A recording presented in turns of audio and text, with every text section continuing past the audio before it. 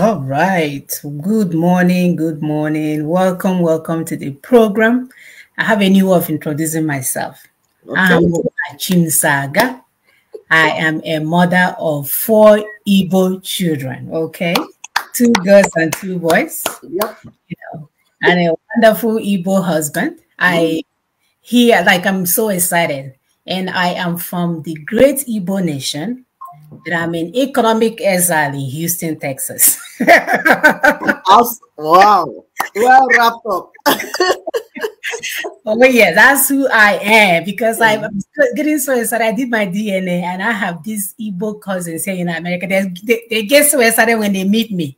You're like, this is what our ancestors look like. This is what it's all about. So I'm like, I'm just going to claim it. Yes. So I am Womona Chimsaga and I am from the great Igbo nation on economic exile in Houston, Texas.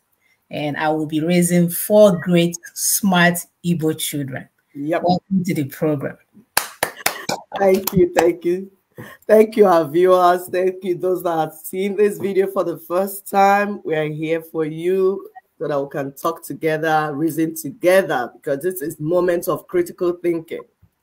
Gone are the days where they will just tell you just swallow it and waka. No, we know they do that one anymore. When they tell you, you go say, hey, make I sit down and think, make we analyze and well, make we understand that, make it make sense to us. If it don't make sense, no matter who is telling you, say, carry the go, you know, make sense. Wait till they talk, no make sense. Before I start speaking pidgin English. My name is Ekwi, and I live in Lexington, Kentucky. Please continue to help us to share, like, subscribe, follow us so that once we drop videos, you will pick them. They will come to you and you will be the first to get what is going on, because a lot of information will be coming up as we go. So you need to be on top of what is going on. Then share to your people. We don't want anyone to fall casualty, because if you know what is going on, you will know how to stay clear of trouble. Do you understand? What we are doing, we don't need to get into trouble with it. We are not dragging with anybody. We are just in our land, doing our own thing. That's who we are. Peaceful people. So please continue to share. We're going to pull up the first video. It's talking about the willing tools. We told you people the willing tools are those that are upholding, swearing and upholding the 1999 Constitution.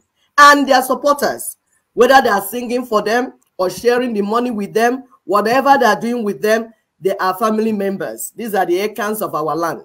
So they are the willing tools holding us from leaving this slave camp. So they are not your friends. That they are not for you. You need to identify them, criminalize them, and isolate them, like our ancestors did in those days. If you are not good for the community, especially Igbo land, the great Igbo nation, if you're not good, you're sabotaging the community, you're stealing, you're a criminal, you're doing all those stuff, they don't even need to do anything to you. They just identify you, isolate you. They just say, okay, this person did like this, so they isolate you, give you matches. That matches they're giving you is because in those days we take light from one, flame to cook. We take from one family to the other. If you want to make fire and you see smoke in your neighbor's house, your neighbor is cooking. That means he or she has already made fire. You will go there and take some. You don't need to start struggling to make fire again. All these reinventing wheels that people are doing, they did not come from our culture. So your neighbor has made fire already. You don't need to start going through the process of making fire. You go there and take some and make your fire and cook. So it will be faster for you. So when we excommunicate those criminals in our land, we give them matches. That's things to say, don't go to your neighbor to take fire. Stay your own. See you, take fire, go, stay. Some will go to evil forest and all that. So in the course of today's presentation, we will break down to you who they are. We even call names, because last week our people told us that we should mention their names. We should call their names. So we'll just give you a few examples, tell you how they are, that you will not be identifying the rest of them. So watch this video first. This didn't come from us. YouTube, Facebook, this video, we didn't make it. We are just using it to teach our people. So watch it. The people that this man is talking about are the part of the people that you need to identify, criminalize, and isolate. Mapuha. Because they are not for you. Thank you.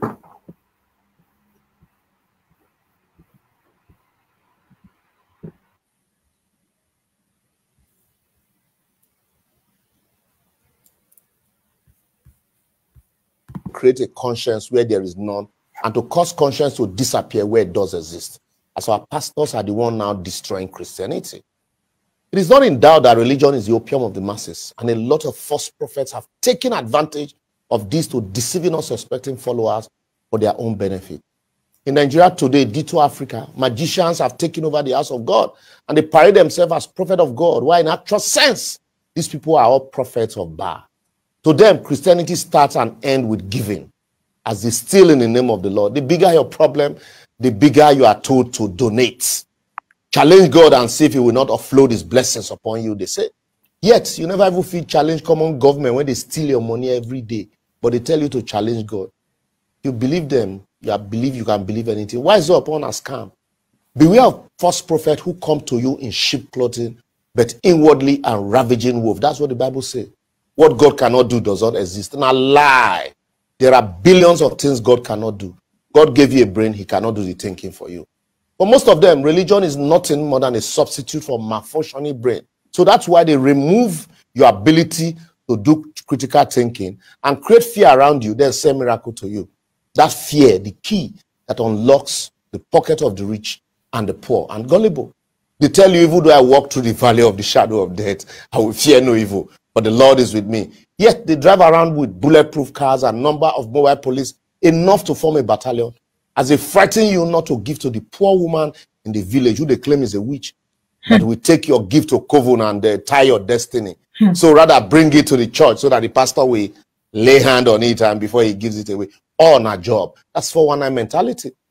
They would raise sword against anyone that preaches against tithe and offering, or first fruit, or taxes that they collect, even if that person is a true Christian or one of them. That's why everything to them starts and ends with donation. Let 20 people come out to give 1 million naira. After that 1 million, they go still reach 100 naira and 5 naira, stealing from both the rich and the poor. The church and pastors want money, they turn to members. But members want money, they are told to turn to God. Why is your brethren? God is not after your money, but your salvation. For these pastors have fleeced more people of their hard-earned money and made more people poor and depressed than they have actually saved people. They are quick to shout Malachi 3:10, but we never point you to Deuteronomy 14:22-29, where the law of tithing was actually established and you were instructed to eat your tithe. That is why they celebrate the fraudulent, the corrupt, the wealthy than the meek and the righteous. They claim to be modern day Levi, but they forget that Levi is a tribe in Israel, and yet are not a calling. So show me a Levi and I will give you my tithe. So why they not call you into Tinubu or Bigate or Elon Musk family? Only thief masquerading as chief. Instead of a place of worship, they have turned the church into a gathering where the best of cars, clothing, and materialistic things are showcased. Comic relief are entertained because of the hollowness and lack of godliness in these places. My God is not a poor God. No wonder more people are not questioning the existence of God. As they say, if his so-called messengers can be this carnal without repercussion, what then is the need? Some of the pastors claim to even drink tea with God and stop natural weather in foreign countries for months. Yet they no fee even stop the scorching sun that is burning people here even when light no day. Some claim to raise more people from the dead. Yet bad roads and non-availability of infrastructure is killing their church members daily. And they never feel even raise them. Church members, they forbid to raise from the dead. Others claim to hold the key to the kingdom. But what their followers do not know is that the key to the vault, when they won't give madam and girlfriends, now they hold, not the key to the kingdom. Some even say they stop a bullet with their hand and drove cars from Lagos to Abuja without fuel. They collect money from you to build schools, yet you can't afford to send your children there because of an exorbitant fee. They promise you, they ask you to invest in the heaven, but are quickly collecting their return on investment here on earth. They tell you all sorts of lies in the name of God. And rather than lead people to God, they're actually chasing people away from God Why the few credible ones in church are silent because of mob criticism. Even motivational speakers today call themselves pastors too, as more people are calling God instead of God calling them. And why they criticize politicians in the afternoon, they go to collect tithe and offering from these same politicians in the night. And why you continue to carry your own cross. I will therefore advocate until we begin to judge this so-called God of men, masquerading as men of God, so that we also will be judged. We will continue to have charlatans occupy the pulpit until they completely eradicate the gospel and replace it with their own thoughts. True religious leaders must urgently rise up and speak up if they must salvage the already bad situation. To return to higher standard of living, the church, CAN, PFN, and all other associations must abandon the so-called prophet and seek new leaders of their own choosing. The government on its own owes it a duty to the society to create sanity and must establish laws to limit the proliferation of religious centers, all in the name of winning souls, while they are actually destroying souls. If you like, insult me from now till today. It will not stop me from calling out your pastors. So, well, let me listen to your insults on our comment section in all our social medias. Well done, brother. Well done for delivering that punch. What? It was a knockout punch. Yeah, for the criminals, right? Yep. Yeah, when they want to arrest their enemies, they will send the Nigerian police. Yes. Then fly out of the country. Yes, then they will tell you, use Holy Ghost fire to arrest your own enemy. 419 of the biggest proportion. Yes. These people, God help them. God help them, and they're brainwashing. And this thing is not unique to us. They use it everywhere. Yes. If you go to South America, you see people, and all they be eating is just Maggi. They use Maggi everywhere. That's another thing. Everywhere that they colonize and the brand, they put Maggi there. I was so surprised to see them using Maggi to cook. They call it no. Yeah, there must be something. And this guy was Holy Ghost fire. Meanwhile, his farm is falling all over him. Nobody is helping him, but he's waiting for Holy Ghost fire. The German journalist was looking at him like this. I'm telling you. He's mocking his own God, because you're a criminal thinking that God will come in that mess. Yes. You know, they don't know that God will never bless any mess, no matter how much you paint it. If you like, embellish it, put big English in it, take it to Ivy League school and come out, God will bless no mess. No. Get that through your head. God will not do for man what he has sent man to go and do. He doesn't behave that way. Sad to say.